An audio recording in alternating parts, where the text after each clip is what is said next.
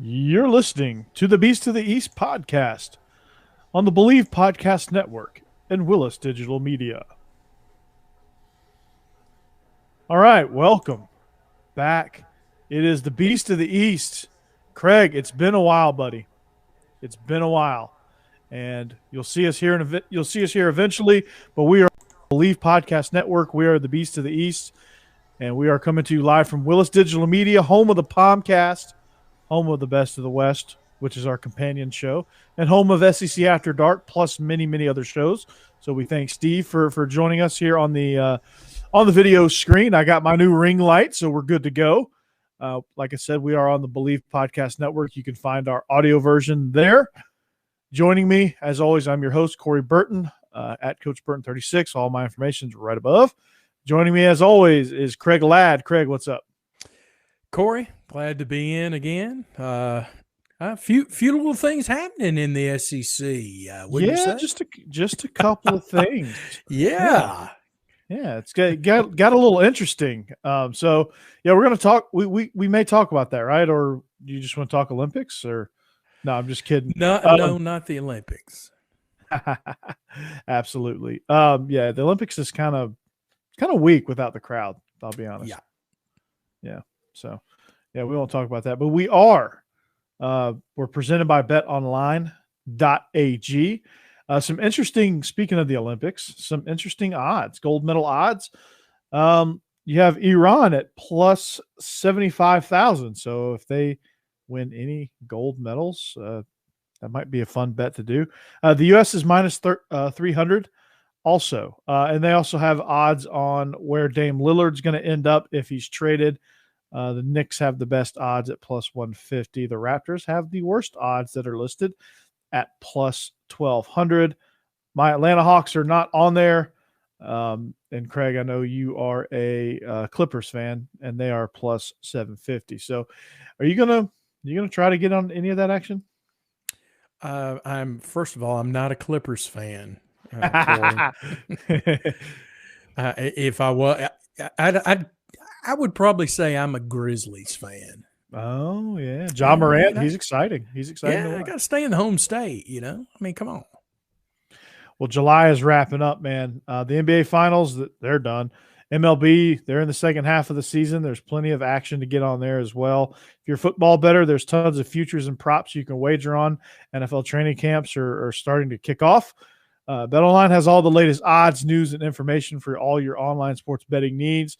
So do this. Go visit the website today or use your mobile device to join. Receive your 50% welcome bonus on your first deposit before your next tip-off, face-off, or pitch. Head on over to BetOnline and start playing today. That's BetOnline, your online sportsbook experts. Now that we got that out of the way, we got that behind us. Our great friends at BetOnline presenting our show, so I do thank them.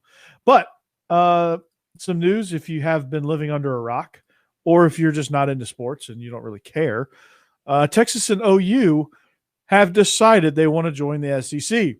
Well, they've ended their media, or they've delivered their intent to the Big 12 to end their media rights with the contract that is expiring, or not expiring, but up for renewal in 2025. That's the latest in that story. Could happen sooner. Maybe even as soon as next year. So when you heard this story break last week, what was your initial thoughts, Craig? Well, it was, I wouldn't say I was surprised. I was sort of mildly shocked. How's that? Yeah. I mean, Steve told me that. I was like, he's like, we're going to, because it broke right before our SEC After Dark show last week. Yes. Steve's like, we're going to have to talk Texas, Oklahoma. And I was like, yeah, the horns down thing. I was like, yeah, that's okay. Sure. I guess so. And he's like, no. Go look at and he sent me a screenshot of a tweet. And I'm like, okay, this is about to get real. And then like an hour later, every reporter that's ever been in the business was retweeting and talking to their sources, and this thing blew up. So, man, it's crazy. And I don't know. Like at first glance, I'm like, oh, this is kind of cool. Like we're expanding again. Hey, you know what? And then the more I think about it, I'm like, I don't know. Like I don't know what it's going to look like. Hopefully, we handle it well. The expansion is nowhere near done. So, No. And it's going to get It's going to get even crazier before it levels out. I agree, Corey. I mean, you know, not necessarily on the same ship as saying that it's going to stay at 16. I wouldn't be surprised if they didn't try to get a couple more. Obviously, you think of a Clemson and a FSU out of the ACC. So I would not be surprised if it didn't happen. There really is going to be some massive shuffling going on. You wonder what, I know we're the beast of the East, but you wonder what the Big Ten's going to do, because in the power rankings of conferences, the Big Ten is right behind the SEC. So good and well that they're really exploring and really doing their due diligence, because they're not going to let the SEC steal all the thunder. They'll make some moves themselves. They will, and Iowa State's got to be one of those moves. You create a rivalry, an interesting rivalry with Iowa, and Iowa State's a really good program, actually. And I've been impressed with what Matt Campbell's been able to do. And I know Matt Campbell kind of wants to get back into the Big Ten. Hey, he might not have to go anywhere, and he'll get back in there with the Cyclones. And then, you have to think like what's going to happen. Oklahoma and Texas leave. Now you're left with 8 teams in the Big 12, and then let's say Kansas, Iowa State goes to the Big 10, then you're left with 6. You have to think the Pac-12 is going to absorb those other 6, right? Well, I'm not. I don't think Kansas is, except for West Virginia. No, yeah, I don't think Kansas is going to the Big 10. This is football driven, and obviously their football program is poor, to say the least. I wouldn't be surprised, Corey, if they didn't go west. What about USC? What about taking a USC and UCLA? You got Colorado already. You've got Nebraska's more out west also from the remainder of the Big 10. What about that? What about doing that? And I think if they do that, then probably, or maybe even before that, the Pac-12 will be looking at, I think, a Texas Tech and an Oklahoma State. Yeah, I think the Big 12 definitely absorbs the Texas schools, and then they create that little Southwest corridor. It'd be interesting if the Big 10 grabbed the 2 LA schools. That would be very, very interesting. It'd be weird too, because it's all like that West Coast area. So you'd have like a LA schools plus the Southwest schools, and you have all the Northwest schools, Pacific Northwest schools, and then you throw in, they'll probably try to make a run at maybe Boise State, maybe make a run at BYU, even though the reason BYU hadn't been in the Pac-12 before is because of religious affiliation. So I don't know. This thing's going to get real interesting, because Notre Dame still has contractual obligations with the ACC. I wonder if that changes and the Big Ten tries to coax them into their league, and if they try to make some trades with the ACC to get some of those true, like Pitt, Syracuse, some of those schools too, to kind of create some rivalries. I don't know. I mean, it's going to get interesting for sure. Well, the Big Ten has tried many, many times to get Notre Dame to join, and for whatever reason, Notre Dame is not interested in joining. And I don't see what would change their mind now, to be quite honest with you. They have to go somewhere. The Big Ten is more lucrative. I think, the ACC has got to go and say, okay, it's time for you to become a full-fledged member of our conference. And I think they're going to have to make that choice. Now, like I said, they've turned down the Big Ten many times to expand, because good and well that the first team that the Big Ten reached out to when all the expansion first started was Notre Dame. Yeah. And obviously that never happened, and obviously still has not happened. And I just don't see it happening in the future. I really don't. I think if they go anywhere, it's going to be the ACC. They're going to be a full member of the ACC. Yeah, well, that's where they're tied to right now. But, they're going to go where the money is, right? True. I mean, they have no choice now at this point because the new playoff expansion legislature kind of screws them. For a while they could say no because they're Notre Dame and they could get in.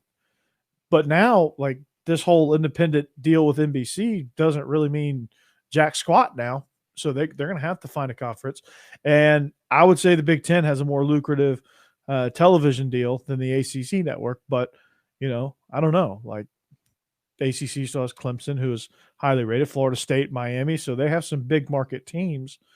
But, then again, it would make most sense geographically for them to go ahead and join the Big Ten and create those rivalries in state with Purdue and Indiana, create that big boy relationship with Ohio State, and finally give Ohio State somebody that's worthy of playing against them.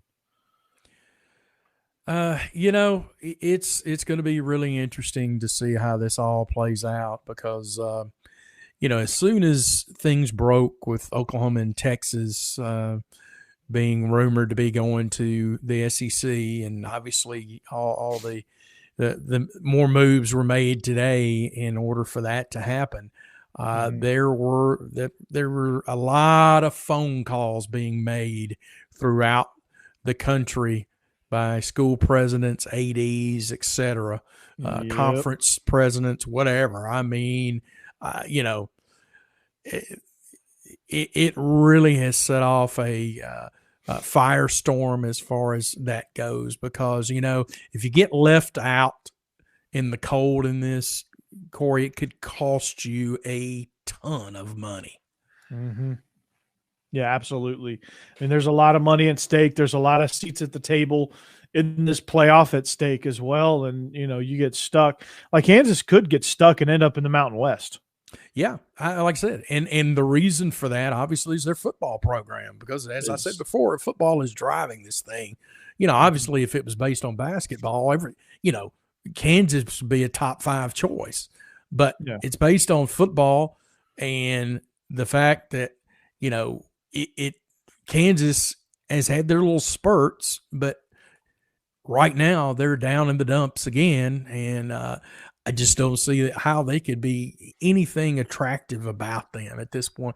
And you got, a TCU, for example, is another school that, you wonder where they're going to end up.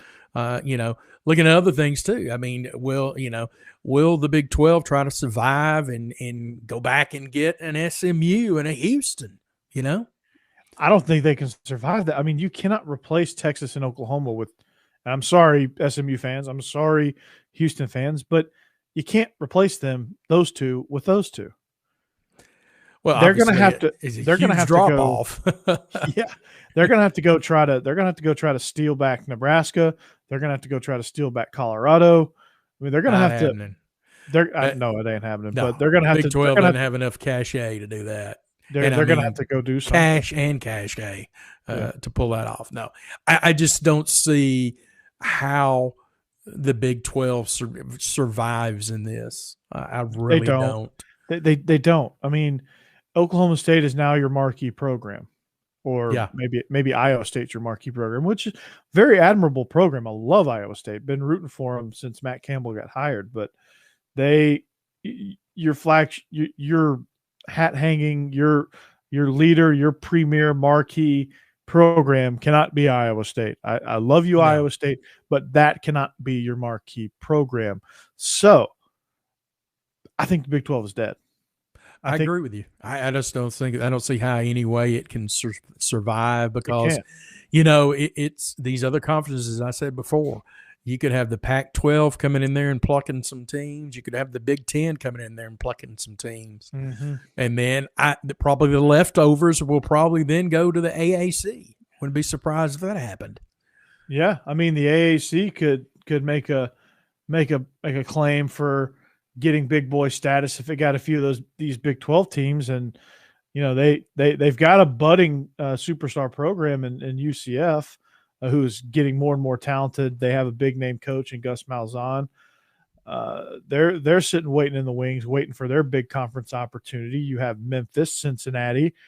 So you have some programs that are potentially viable if they add a few of these teams, they do have a chance, right?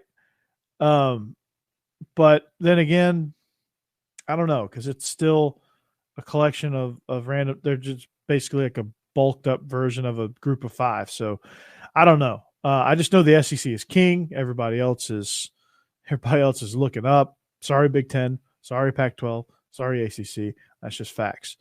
So it's going to get to a point where the SEC is just so big. They might get up to 20 teams and just have their own league and say everybody else play for, like, treat it like high school, where it's like the SEC is like Division II here in Tennessee, where they're competing for their own championship, and then everybody else is kind of left over there in Division I. Yeah. It could be like it has some like cool name for it, like it's the Star League, the Marquee League, or the Premier League. And if you ever wanted to set up promotion or relegation, have the SEC get to like 24 teams and then do promotion or relegation. That would be a fun thing to explore with this new expansion. So let's see how it kind of all shakes out. Then we can kind of have some fun with it in the offseason and explore. But so Texas and Oklahoma come over. There's been a lot of ideas, as far as the current makeup of the SEC. There's been some different ideas thrown around. Pod system, just stack the divisions, or even have no divisions. What do you think would be, obviously if they go to just two divisions, it would make sense for Alabama and Auburn to come over to the East and then just stick them in the West and trade Missouri over to the West and kind of just do it that way. But what do you make of this? How do you think it affects the conference makeup, expansion, divisions, pods? Anything that stood out to you there? Anything that you liked? I really, I saw a north, south, east, west. Really didn't like that. I'm more of sticking, even though sticking to the 2 divisions myself. And you mentioned Alabama, Auburn. It could be a Mississippi State. We know that. I think those 4 teams would be the ones that would probably go to the East. It would make more sense that way. They're not going to take Texas A&M because they want them with Texas, and they want to keep the Red River rivalry game, and they want Texas and Oklahoma in the same division. So I agree. Probably if I had my choice, I would say move Alabama and Auburn over to the East. Yeah. I think too, it would sort of even things up, even though you never know. As we said before in the last show, it's very cyclical. But right now, if you moved Alabama and Auburn over to the East, it would be more even. I'll say the 2 divisions right now would be more even if you did that. Yeah, no doubt. And, you're adding a lot of star power in the West. You bring over a lot of star power in the East, and hey, let's roll. And you got to understand that without, there's going to be some sort of playoff thing imminent, because this wouldn't have happened had we stayed at 4 teams. So this would be disastrous for Texas and Oklahoma to come over in that scenario. So, it's at least going to 12. It could even get as far as 16. Yeah. So one thing we do know is there's going to be 4 SEC teams in the tournament at all times. Yeah. Right. I think too, Corey, that here's another scenario too. You keep adding teams, and that keeps knocking down non-conference games. So that's going to hurt some of these smaller teams.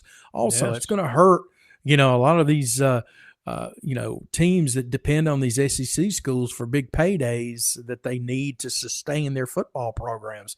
Because the more you keep adding, the more the SEC is going to say, okay, we're going to play more quote unquote conference games in order to keep the money in-house versus having to split it with someone else. So the more teams you are adding, I think the more it cuts down on your non-conference schedule. Just thinking outside the box, I don't think this would ever happen, but what if they did like high schools here in Georgia, or not Georgia, but high schools here in Tennessee? I think Florida does it. There's some states that do it. Georgia does. I don't think Georgia does it. They might do it now. Where you scrimmage somebody in the spring, who's to say that somewhere down the road that they don't explore having FCS programs join up with FBS programs in the spring for a spring game? Mm-hmm. You know, that, I mean, I don't know if that would have happened, but I think that would be a pretty cool idea. Yeah. Yeah. It like I said, the FCS schools, they have to be very, very wary of what's going on right now. Because like I said, it could possibly really push them out of some big paydays. It could, but you know, it's a trickle down thing. You know, obviously, most of the money is going to be in the SEC. Okay, but it's going to trickle down. Big Ten, ACC, Pac-12. I mean, there's going to be avenues for these FCS programs, and like anything, they'll figure it out. It might take a little while, but they'll figure it out. They'll figure out a niche for themselves. Maybe spring ball, spring league is for them. Maybe there's other nights that they can get TV revenue. Maybe there's something, I don't know. Maybe there's something's got to be somewhere down the line that they can do. And this would be a good brainstorm session. Maybe not for tonight, but that's definitely got to be thought number one. When you look at these FCS games, you won't see them anymore. You'll see Power 5 conference crossovers.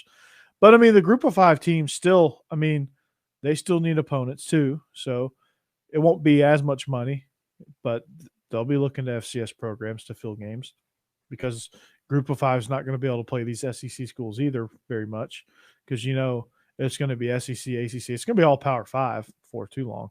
Like, you won't be playing any of these warm-up games. So I don't know. Like, it's interesting to see. And maybe, you look at it more – if they're going to go more an NFL model in the wallet, maybe go more of an NFL model where you have 2 preseason games that don't count. Yeah. And you pay these FCS clubs to come. Like, maybe you do that. Like, that's a possible solution to give these guys, some extra practice games or whatever. I don't know. I mean, there's probably 1.5 million solutions, and there's probably people that have higher degrees and bigger job descriptions that can figure all this out. But you got to figure out how to support the FCS or they're going to die. Division II, they've always figured it out. But FCS is the ones that I think are kind of stuck in the middle here because they're still Division I. So I don't know. That's kind of crazy to think about. But I don't know. They figured it out before. They'll figure it out again. Well, you hate to, obviously there's a lot of FCS teams around in our area. Mm-hmm. And you want them to see that's more opportunities for high school football players to get scholarships to go play football in college. And so you would hate for it to hurt them as much as it possibly could because, you want those opportunities for those kids to be able to play and be able to get a free education. Yeah, you do. And you just, like the MAC has done, like the Sun Belt has done, you got to get creative and where you play and how you play. And like Tuesday night MACtion, like there's never been eyes on the MAC conference until they did Tuesday night MACtion. Now they get a lot of eyes. So they get ESPN revenue. Yes. For their games on Tuesday nights. So the FCS, they find a night that's not Thursday or Saturday, and they go. Like, obviously they're not going to try to go head to head with the NFL, but maybe you go for a Friday night or maybe you go for a Wednesday night and you just play your games on a weird night of the week and off you go. Like, maybe Thursday night FCS is the way to go, and you put it on ESPNU. And you put it, I mean, the Thursday night ESPN game is usually outside of like two weeks. It's usually kind of whack anyway. So, I mean, I might watch a North Dakota game over like Louisville versus Wake Forest. You know what I mean? Yeah. I might watch a Jacksonville State Elon game versus, Boise State versus BYU. I don't know. I'm just trying to think of like kind of weak matchups But I don't know. Like they got to figure out, adapt or die. They got to figure it out. They will. Money will find them if they have the right ideas. So, yeah, and like I said, I think um, sell smart cards. yeah, there you go. Good point. Have a car wash. Yeah, you're exactly. Corey, you can't. You can't keep beating your head up against the big boys, and like you mentioned the MAC, great idea, way back when they decided to play during the week, back 20 years ago. They got a catchphrase, Maction. Yeah. Back 20 years ago, they first started 20 some odd year, maybe a little longer than that. They probably was longer than that, but they, all of a sudden they started playing Thursday night games and you were like, oh, this is great. And then all of a sudden, here comes more days of the week. So, schools became much smarter in being able to get publicity. And it is because let's face it, again, college football is a hot commodity and ESPN is going to televise you. They're not going to just televise anybody. I'm not going to say that, but they're going to televise some of these smaller leagues because college football sells and college football draws an audience. And in the world of streaming, there's no way that you couldn't get on the app and just find whatever game you wanted. Right. You could go, like, everybody streams now. So like you could, obviously you'd be taking Bucky and John on the Chattanooga call or whatever. They'll take the live stream from that, but the announcers might be kind of funny, but hey, it's going to be on somewhere. And it could pick up some steam, and there can be some TV networks that operate kind of like Believe, where they just pick up any and everybody, and then they just figure it out, right? They deliver that platform, and then they just let people come. And ESPN would be a fool not to do that. Fox would be a fool not to do that. Big Ten Network, maybe they get the Missouri Valley Conference and they start running those games on their stream channel, right? Yeah, and as you see, just like you talk about streaming, just like Pluto, which is free, has many stations on it, has sports stations on it, and there were games on there during the spring, and there's going to be games on there during the fall. I think they're going to be showing. I can't remember what conference I think it was the WAC. Maybe that they're going to show WAC games. They've got a select number of WAC games they're going to show. That's for anybody, So Pluto there's is free. To be that doesn't cost you anything to watch Pluto. No, and that would be, that'd be a great avenue to sell. And then every once in a while, you get on the Big Boy Network when you play a Big Boy team. Yeah. And then so on and so forth. Like Division II schools could reach out to these FCS schools and just have it all trickle down, right?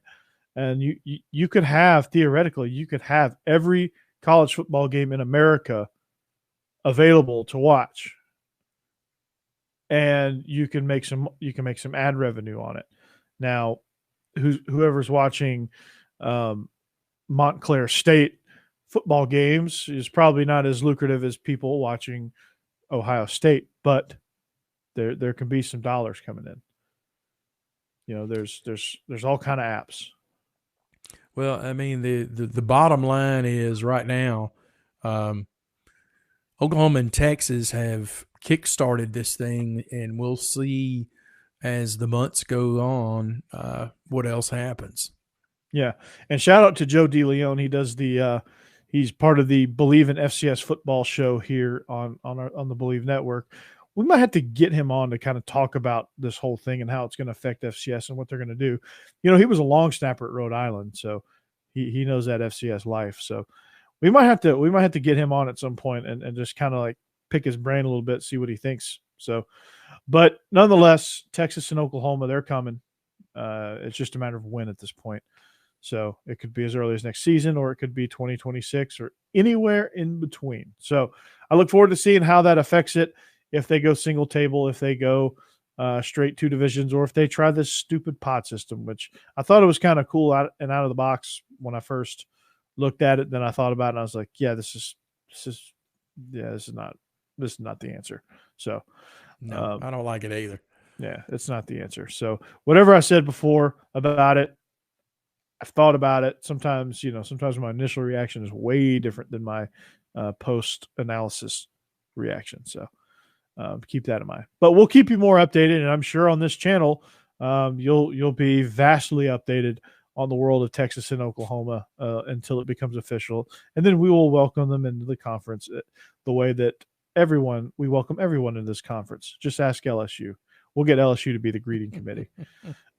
So, SEC Media Days. Well, I would say that it was kind of dominated by what we just talked about. However, my initial stance, and my stance remains this: I thought all the coaches did really, really well. We talked about Shane Beamer. His roster is terrible, but I think eventually he's going to be really good. He impressed me. This guy gets it, right?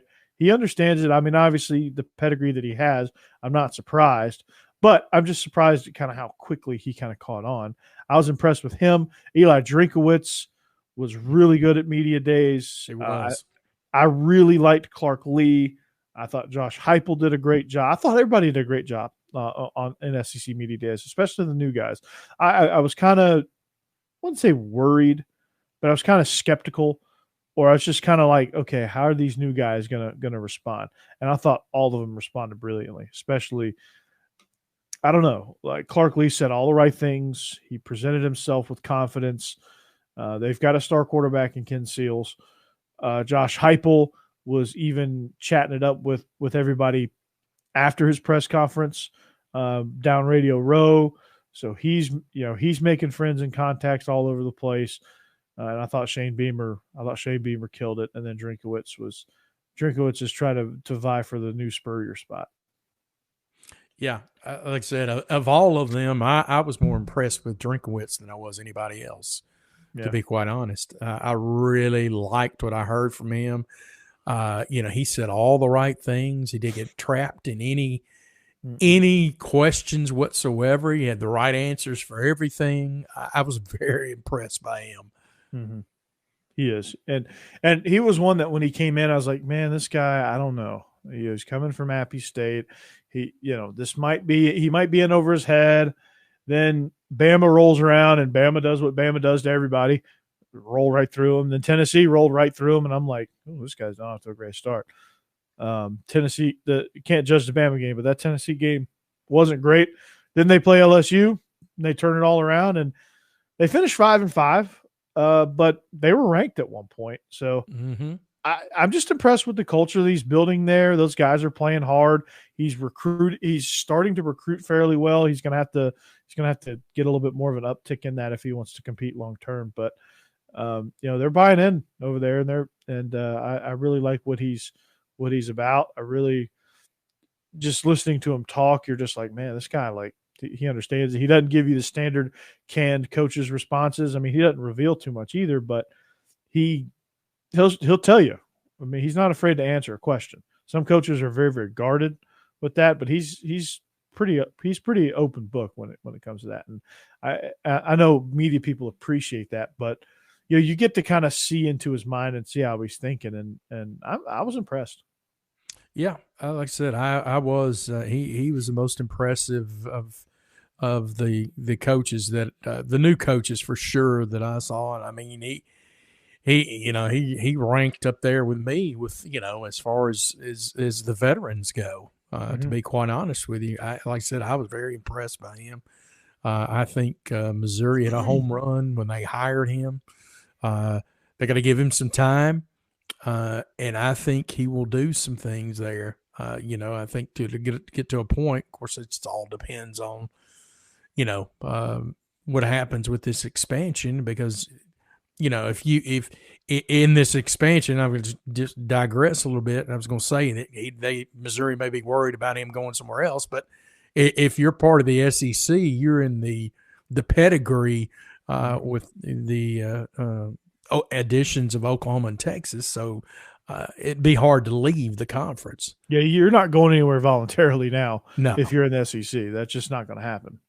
Yeah, But yeah, I think Drinkwitz is a star of the future. I really like what I saw in him, and like I said, I like what I saw on the field from them. They, as you said, they they stumbled out of the block. They didn't look very well against Tennessee. They but as time went on, he found the guys he needed to find, and they became more seasoned and were able to play the way he wants them to play. And I thought they played very well, and going 5-5 in your first year at Missouri against the schedule, all SEC schedule. Yeah. I thought was a very, very, very good year for them. Mm-hmm. And I don't care if LSU's down. You beat LSU in your first year. That's pretty good. Because LSU's a great program. They might not be very long for Ed Orgeron, but they're a great program. And so he went toe-to-toe with them and beat them.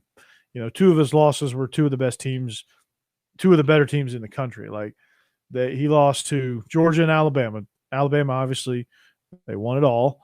And Georgia wasn't far off from they weren't far off from sneaking into the playoff. Like had it been a 12-team playoff, Georgia would have been in. So, those were two of his losses. So, the Tennessee loss looks bad now, but then it wasn't so bad because Tennessee was on a roll at that point. They were in a winning streak. Yes, they were playing some really good football, and then they fell off a cliff. Yes, which I still don't understand. Well, I do understand it, but on the same token, I don't. But speaking of Tennessee, like I don't know, like I get more and more impressed with Josh Heupel by the day. I feel like they're about to land Walter Nolan. Well, interesting that he's going to be in Knoxville now to play his senior year. They can't do anything but help, to be quite honest with you. So we shall see, the way he's moved around with high schools. And like I said, now that he's going to be in the Knoxville area for his senior year, can't hurt your chances. He's right there. Maybe he'll sign with Vanderbilt. There you go. Or Kentucky. That would be a coup, would it not? That would be awesome. I'm rooting for that. So Walter Nolan, go to Vanderbilt, please. Sorry, Tennessee. No, so I am very, very impressed. And Tennessee, like my Tennessee friends, they're like, man, they're all very, very skeptical. Like you hear them talk, it's Butch Jones PTSD all over again, right? With every hire, it doesn't matter who it is, they've got that Butch Jones PTSD that they don't have out of their system yet. And they're like, man, he's, he was successful. They make all the excuses to why he's not going to be successful at Tennessee. And it's because he won with Scott Frost players. And then I remind them. I don't buy that. I remind them that he still has to coach those guys. Yes. Like he's still like they're Scott Frost's players. You still have to coach them. They're not automatic. They're not like, it's not like you walk in, stick a quarter and pull the lever and out pops an undefeated season. Like you still got to coach those guys, and they still have to buy into your culture. And they bought in pretty daggum quick, because you go from Scott Frost to Josh Heupel. Those are two different people, two different personalities. Josh Heupel has a pedigree. He played at Oklahoma. He won a national championship. He beat a very, very good Florida State defense in the national championship. He's been successful everywhere he's been. Things where they didn't realize how good they had it. They're probably going to realize it now because they're going to be the same conference. And Josh Heupel, Josh Heupel will remind them, hey, I'm actually pretty good at what I do. But I think a lot of it's just pace, style of play offensively. The thing I worry about is the defense wearing out. Anytime you get a team that's tempo like that, you worry about their defense wearing out. But UCF was in a fair share of shootouts, but that's just how college football is going to be now. I mean, defense. Like I'm not judging anything off this first year. I think if he goes 6-6, maybe he's coach of the freaking year. So, but I'm aboard the Josh Heupel train. I know as a Georgia fan, I shouldn't be saying that. Like I I might revoke my Georgia card, my dog card. That's true. You're right. But and I'm not rooting for Josh. I'm not rooting for Tennessee. That's why I hate like these coaches that I really like. I hate when they go to like Florida, Tennessee, and Georgia Tech. Like I hate that because I can't root for him. I can't do it. I can't root for him. But I like him. I think he's gonna be good. I think he's gonna be a thorn in Georgia's side. I think Tennessee's gonna be really good very shortly. So just hang on tight. Yeah, you gotta give him some patience. Let's considering what they lost in the transfer portal, and the fact that they won only 3 games last year. So things are not going to change overnight. But I think another thing too, Corey, you got to point out. I think they have hired now some strong leadership as their AD. He provides strong leadership in Danny White. I think that is huge. You got to have that guy right there, the pillar of your athletic program, and I think they've got that guy now. And he trusts him. He trusts him because they work together at UCF. He knows what he can do. He knows that I can just go to him if I'm struggling. I mean, obviously at Tennessee, you're probably not, you probably don't get as much of a leash as you do at Central Florida, but he trusts him. He knows him. And that's that relationship right there is another reason why I think, because, he can go to him and say, hey, Dan, I need this, this, and that. And he's like, oh, I got like way more money. So, hey, yeah, you can have it. Go get it, right? Get anything you need, you got it. Mm-hmm. And that's what it is. Now with this NIL stuff, now like you can really go get it. Like you're gonna have like boat companies coming from all over the place to come sponsor Tennessee athletes because of the Vol Navy, right? Yeah, you're gonna have all kind of stuff in Knoxville. That's gonna be even more attractive. Like all these NIL deals, all these. Yeah, like Velasco dill pickles, right? They're gonna so all these NIL people are gonna come to the SEC now and say, well, this is a lucrative league. I don't care who you are. You're an SEC athlete. I'm going to sponsor you. It doesn't matter who it is. They're in the SEC. They're gonna get Mondo television time, right? If you're the starting, all you gotta do is be in the starting lineup. Well, actually, no, check that. You don't even have to be on a starting lineup. You just got to play. Right. You can't be a total bench warmer, but you got to play. And I think all these car companies, beverage companies, restaurants, they'll all come out of the woodwork now. It's going to get crazy, and it's going to be, I don't know. To me, it's going to be kind of fun to see kind of how it all unfolds because I'm not directly in it. So, but it's going to be funny to see how it all unfolds. And it's all gonna gravitate towards the SEC, and everybody else is gonna lose their mind. And there's gonna be like a mad dash to the food bowl for all these other conferences trying to scramble to put together the best conference so that some of this attention will go to them. I still don't think they have a grasp on some of the things that could possibly happen. And it's sort of a wild west right now. It's just free game. There's no restrictions. I think eventually, like I said, I don't think there's any way for them to anticipate all the factors involved in anything, all the things that will be happening, et cetera, et cetera. And what these players may do may come out on this, so they may have a tattoo on their arm or something of a sponsor. I mean, there's all sorts of ramifications when it comes to this. There's all sorts of things like that that are going to creep up. They're going to crop up and during the year, and it's going to make it a wild, wild season. Yeah, these kids are going to start looking like race cars. Yeah. The helmets, I can't wait to see the helmets. They're going to have, instead of like stickers, that spirit stickers, like reward stickers, they're going to have little logos all over their helmet. right? It's going to go like up and down. So like Ohio State players, they're going to stop giving out Buckeyes and they're going to start giving out. I don't know a major company in Columbus, but let's just say they're going to start giving out poor stickers. Yeah. Hey, you earned a McDonald's sticker. You earned the arches today for your play on special teams. Hey, listen, like I said, it's I don't know how. There's no possible way they can think of all the possible ways these kids can come up with and make money. And as far as the endorsements go, so we'll see what happens. Greg Sankey, king of college football. Yeah. King of college football. Dude's a G, man. I'm excited for it. And as you can see on the middle of our screen, these guys, Best of the West, I listened to them last week. They did a really good job. Kevin Bohannon and Jake Thomas.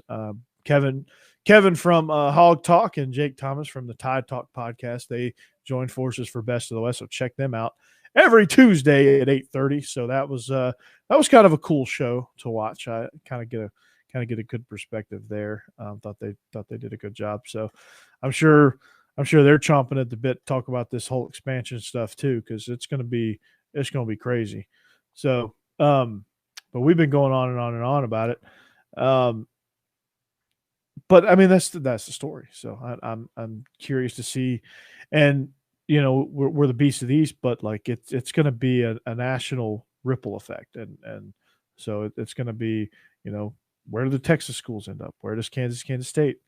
What about Oklahoma State? Is their state legislature going to make them a package deal with the Sooners? Who knows? Like there's a lot of questions to be answered. West Virginia, what happens to them? Do they go back into G5 obscurity or do they join up with the ACC, which would make the most sense? But what happens to them? Does Clemson and Florida State flirt with the SEC and let's go 20 teams now or 18? That would be 18 teams. What happens there? I don't know. Lots of questions to be answered. This thing's far from over. Kind of like the Aaron Rodgers saga. This thing's over. Far from over. And for the Big 12, they might as well go make Last Dance Part 2, cover the Big 12 football, or just cover the Big 12 conference for a year and create a 10-part documentary called The Last Dance Big 12. That'd be great. It's probably not as good as the Michael Jordan one, but they can try. It's okay. By the way, were you surprised at the media's picks for in each division? By any surprises?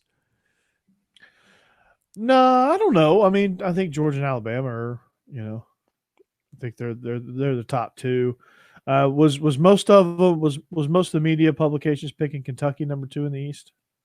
No, well, I don't think so. No, I think there were a few, but the majority they had them third.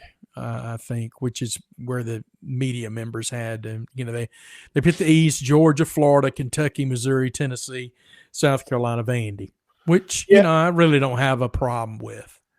I don't either. I think maybe Florida's getting a little bit too much credit right now because there's so many questions with that team. You got Emory Jones, who's a great quarterback. He's a good quarterback. I think he's got a lot of ability, and I think Dan Mullen's system fits him really well. But who's he going to throw to? Who's he going to hand it to? Who's going to stop the other team? Like, they got so many questions to answer.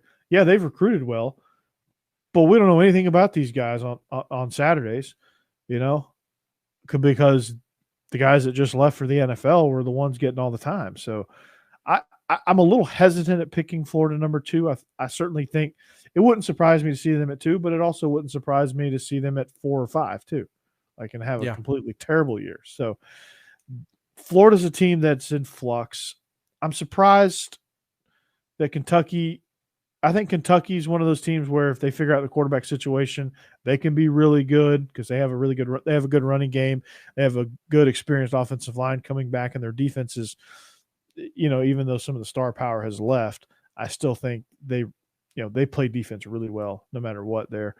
Missouri's kind of the wild card for me because you have Connor Bazelak and you have so much unproven talent, but Kiki Chisholm is somebody that I think that is going to be a big time playmaker for the Tigers, and he's going to be a problem within this division. So you got to watch out for them. They're a wild card team, but I think 1 through 5 is really good in this division. I think it's going to be really competitive. You put them up against the West, obviously, it's probably not very good, but I think within the division, it's going to be super, super competitive. And for TV and for fans, that's what you want. So I'm all for that. I was surprised that Florida got 7 first place votes, to be quite frank. I'm very surprised. I'm very surprised by that.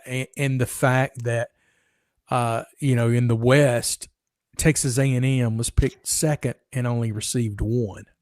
Yeah, that surprises me a little bit. That does. Yeah, and to jump over, and I'll let the guys tomorrow figure this out. So, best of the West guys, Kevin and Jake, if you're watching this, here's a question for tomorrow. How is it that Bama, Bama's Bama, but they're replacing a lot, just like Florida. And Texas A&M returns a lot. Yes. And they daggum near made the playoff. How are they only getting 1 vote? How is Florida getting all these votes for number 1 in the East? How is Texas A&M not getting more consideration for the West? Yeah, I would take Texas A&M. That game's a toss-up right now. Yeah, I would take Texas A&M to finish ahead of Alabama before I would Florida finishing ahead of Georgia. Oh, 10 times out of 10. Yeah, absolutely. I think this is one of those years where most years I would probably be like, yeah, okay, I can see that. This is not the year to give Florida so much love. Florida could finish as low as 4th. I don't think Alabama's going to finish 4th, but no. Florida's going to finish way down there. They got some concerns outside the quarterback position. But come on now. A&M this is the best A&M's been forever. And you only one person is buying it. Come on now. Yeah. South Carolina got 1 first place vote. Come on. Come on. Now. Give me a break here now. Yeah, South Carolina. Was that you, Corey, that did that?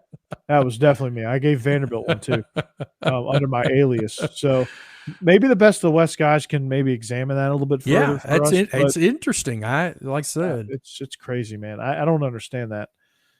They got to get more love. Did a lot of people give Ole Miss some love, or an LSU some love? Like, how many first place votes did LSU? LSU, Ole Miss, and Arkansas each got a first place vote. So A&M, LSU, Ole Miss, and Arkansas each got a first place vote. Alabama had 130. Come on, man! This is not realistic. It's just not. Bama's good; they're a great program, but you replace Sarkisian with Bill O'Brien. You have a quarterback who hadn't taken many snaps, who's very talented, by the way, and your number 1 guy is John Mechie, who we don't really know what his ability is. And you're replacing a lot on defense. At some point, when you replace as much as you replace year in and year out, at some point it will catch up with you. It will. I don't care who you are. Look at Kentucky basketball, for example. Yeah, that's a totally different animal. Yeah, the one and done has kind of screwed that completely all to hell. But there's teams in the West that are catching up, right? You look at Texas A&M, they are nipping at the heels. They were a few bad plays in that game a year ago. They got 30-pieced, but they were in that game, or they were competitive. There was a few things that didn't go right. They started atrociously. That's what screwed them. They started really bad. And then they settled in, and they actually went toe to toe with Bama. And Bama had a historically great offense that day. But I don't think they get them in Kyle Field, right? Yes, I think so. I think that's correct. They get them in Kyle Field. Yeah. They're more experienced, and they probably won't start as slowly. So that game's going to be interesting, right? Then you got Ole Miss. They're on the rise, right? They've got some good things going. They got the best quarterback in the league, arguably. I kind of, I wouldn't, I think he's got more starts under his belt than JT does. And that's kind of the difference for me. Got a little bit more experience than JT. So I love JT, but I think Corral is a little bit better. They're nipping at the heels. Auburn's talented. We don't know what they got, but they're a snake in the grass right there, as always. The Iron Bowl's never a sure win. And then you have LSU, who they're the freaking yo-yo to. Like they could either finish second in the West, or they could finish almost last. I don't think they're going to finish last because Arkansas's roster is still not great, but they still got a ways to go. Arkansas is playing better, but they're just not there yet. Bielema tore that team to shreds. Yeah, and then I remember talking to you last week. I was going to be interested to see how close Georgia would be when it came to picking the SEC champion, and Alabama received 84 votes and Georgia 45. Thought maybe it might be a little closer than that.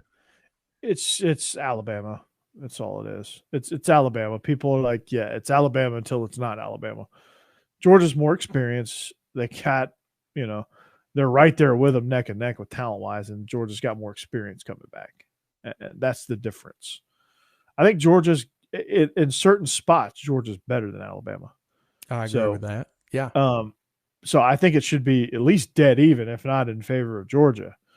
And I know it's, I know I'm the Georgia guy, so that's, you're probably thinking, yeah, of course you picked Georgia to win but they're loaded guys. I mean, let's not lie about it. They're loaded, right? I would say that if it was anybody else, they're loaded. It's okay. But they're going to be good. They should get more votes, but who knows? It's just Bama. That's all. Bama's a machine. Nick Saban's made them into that, and kudos to him. He's the GOAT. But he's made it. He's made that way. The media won't pick it. It's like you don't pick it. You pick it until you don't. You pick it to hit until it doesn't hit, and then you still pick it until it shows a pattern of, okay, this thing's over, right? Yeah. Like you're going to play the heater until it's over. Right. And Bama's heater's not over yet. This might be the first year where you're like, okay, maybe. Nick Saban's 69 years old. He's getting up there. He's probably tired of replacing coordinators at this point. Like I don't know how much tread he has left on those tires. So. You think he goes 5 more years? No. I think he wears out by then. He's so intense, like he's so all in. I don't think physically he can last that long. I mean, I think he's in pretty good shape for his age, but it's with this expansion stuff, I just don't think his body will hold up. Yeah. I just don't. It'll be interesting to see how much longer he'll go. There's no doubt. As you called him the GOAT, and I can't argue with that. He is the greatest college football coach ever, and you hope he goes out on top versus hanging on a little longer than he should, and things get out of hand a little bit, where that goes down a little bit. You'd like to see him go out on top. Yeah, that's what he deserves, right? He deserves the best, and say what you want to say about Nick Saban, but he's done it. I mean, he's been this way ever since he started, ever since he got his first head coaching job. I mean, he took a Michigan State team out of the tank, and got them viable. Got to LSU, won a national championship. They had been struggling for a little while. Tried his hand in the NFL, realized it was a way different animal. Came back to college, and the rest is history at Alabama. I mean, that guy's been insane at Alabama. Like he's taken what the Alabama standard, and he's like zoomed past it in his Mercedes-Benz. So, like that plug there I gave him. I did. I like that plug. Maybe we'll have a couple of those in our driveways. Yeah, come on, Nick. Or no, Coach Saban. What do you think about Coach Prime walking out on his press conference?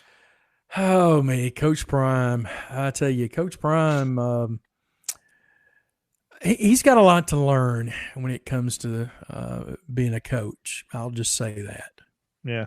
I mean, I do think in this particular scenario, I do think was he a little harsh coming after the guy? Probably, yeah. Like call me coach. Probably a little harsh in that, but also the reporter could have just the reporter didn't have to do what he did either. Like the reporter is just as much in the wrong as Dion is in that scenario. He's like, okay, Dion. And he asked for it, right? So I think they're both wrong in that scenario. I think Dion should have just said, hey, I'd prefer if you called me Coach Sanders. And maybe the guy would have been like, okay, that's fair enough. All right, Coach Sanders. But neither of them had a great response. And that situation was probably warranted for that. That reaction was warranted. So, but yeah, Coach Prime, he's got some growing up to do, but he will, I guess. If he does it, he'll go back to TV and make a killing. He's a Hall of Famer. He can do whatever he wants. He's a really good TV pundit on the NFL Network. So yes, he is, or was. Yeah, and he was my favorite player growing up because he was Falcon. He was primetime, man. I mean, he's exciting to watch. So I've been interested in him as a coach. I'm interested to see what. Speaking of former players being coaches, I'm interested to see what Eddie George does at TSU. Mm-hmm. Not to go around the OVC, or not to be the beast of the Ohio Valley, but I think he'll be interesting to see kind of how he's kind of built that staff. So I'm kind of curious to know kind of what he's going to be like. How is he going to adjust? He's got all these pro guys around him. Is he just going to be kind of the figurehead? I don't know. I mean, he knows a lot of football. He's been around a lot of things. So who knows on that? Their last game of the season, they go to Starkville to take on the Bulldogs. Oh, okay. All right. That'd be fun. That'd be a fun little test for him. That'd be fun to watch Mike Leach against that. Mm-hmm. Speaking of Mike Leach, he never disappoints at SEC Media Days. No, he doesn't. he doesn't. How do you think Dan Mullen did? Speaking of not disappointing, Darth Mullen. I was about as well as I expected, to be quite honest. I didn't think, he didn't move the meter either way for me. Yeah, I thought he did good, didn't do great. I just think he's just whiny to me. He's whiny. Prove me wrong. Anyway, well, as you can see, our man Steve Willis, you can see the scrolling graphics here on our screen. So big shout out there. Steve, I'll have to get you the hometown team logo. But yeah, Kenny Salas, hometown team, man. Hometown team 615. If you want that realty, if you want that house in Wilson County up here in Tennessee, the housing market is exploding, to say the least. Check out Kenny Salas, the hometown team. Him and his wife especially, they do a tremendous job. I'm sure they would expand outside of Wilson County if you wanted them to. But like I said, hometownteam615.com. Find them on social media. Sign up for a quote. Request a quote.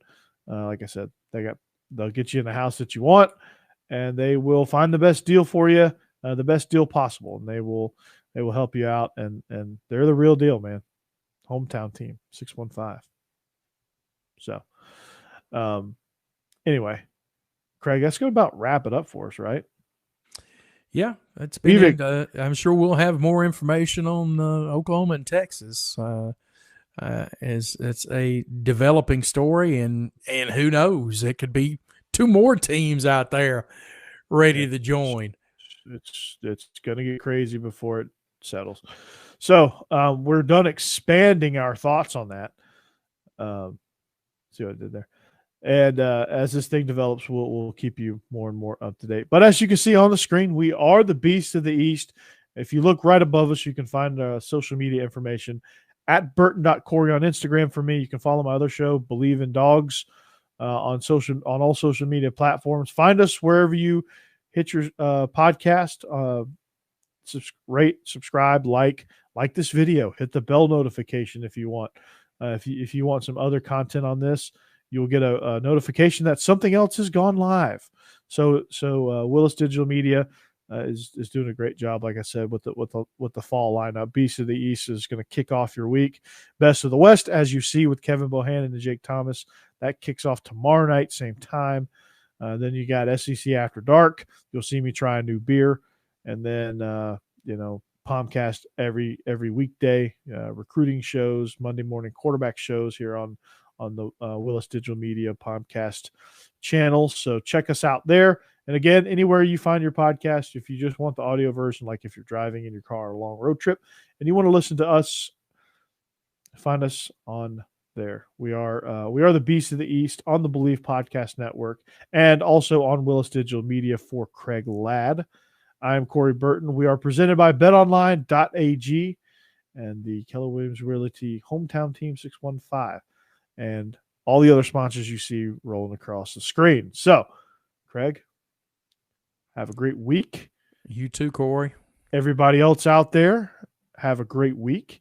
And we'll see you back here next week, hopefully with some more news on this expansion. If not, we'll just start giving you previews. All right. Anyway, take care and goodbye.